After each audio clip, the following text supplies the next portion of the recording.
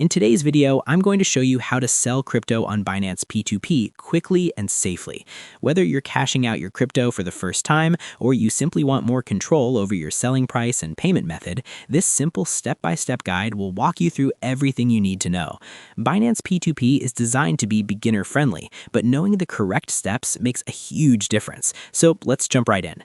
First, open your Binance app or visit the Binance website and log into your account. Once you're logged in, go to the main menu and tap on Trade. From there, look for the option labeled P2P and select it. Make sure to follow along carefully so you don't miss any important details, especially if this is your first time using peer-to-peer trading. Next, once you're inside the P2P section, click on the Sell tab at the top.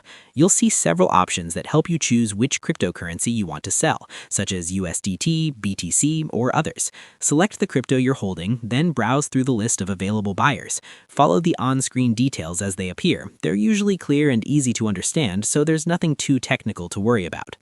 To make the process smoother, here are a few quick tips.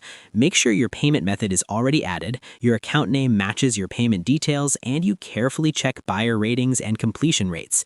Doing this beforehand can save you time and help prevent unnecessary issues or delays. Once you've completed these steps, enter the amount of crypto you want to sell and confirm the order. After that, you should be able to wait for the buyer to send the payment without any interruptions. It's also a good idea to never release the crypto until you fully confirm that the payment has arrived in your account. Taking this extra step ensures everything runs smoothly and keeps your funds safe. And that's all there is to it. By following these simple steps, you'll be able to sell crypto on Binance P2p easily and efficiently. Thanks for watching, and I hope you found this tutorial helpful. If this helped you out, feel free to share it with others who might be facing the same issue. Why not make someone's day easier?